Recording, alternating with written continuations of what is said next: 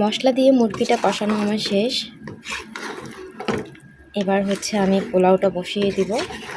অনেকদিন যাবতই মেহেক বলতেছিল বিরিয়ানি খাবে, কিন্তু আমি সময় ও ব্যস্ততার জন্য বিরিয়ানি রান্না করতে পারিনি। আর আম্মু অনেক বেশি ব্যস্ত থাকে ওকে নিয়ে, তাই আজকে রান্না করে ফেললাম। এদিকটাতে মেহেক পড়তেছে, আর এই মেহেকের জন্য আমি বিরিয়ানি রান্না করতেছি। Good girl. এখন বাজে হচ্ছে 3টা 15।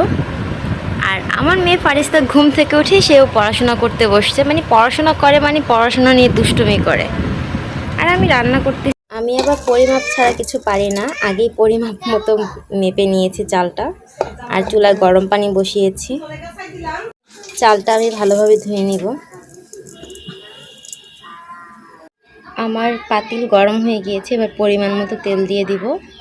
বেশি দিব না, কারণ চাল আমি খুবই কম নিয়েছি। এখানটা চাল ধুয়ে রেখেছি, গরম পানি করেছি, আর হচ্ছে বেরেস্তা করে রেখেছি।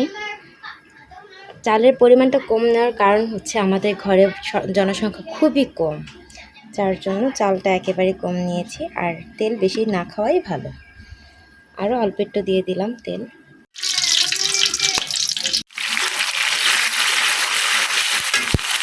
স্বাদ মতো লবণ দিয়ে নিলাম।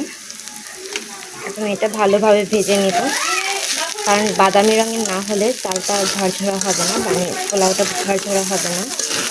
আমি রান্নাবান্না অত ভালো পারি না, চেষ্টা করি, মেহেক বলেছে তাই।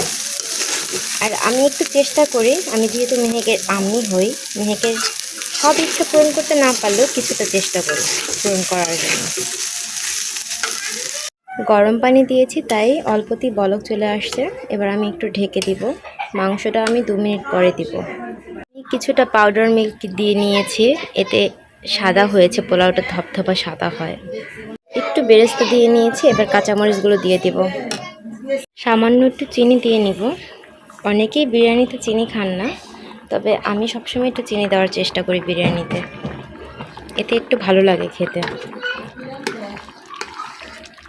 বিরিয়ানির মশলা দিয়ে কষিয়ে রাখা মাংসটা আমি এখন দিয়ে দিলাম পোলাওর মধ্যে। আর আমার পানি অনেকটা টেনে আসছে, এখন একদম চুলার আঁচটা কমিয়ে দেব।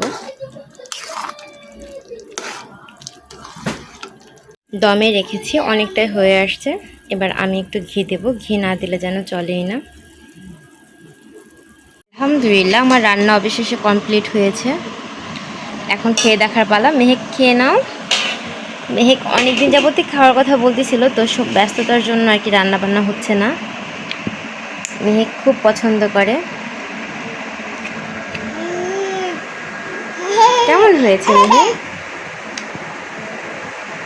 তাই? আচ্ছা, তাই নাকি? মেহেক আমাকে 100-তে 100 দিয়েছে।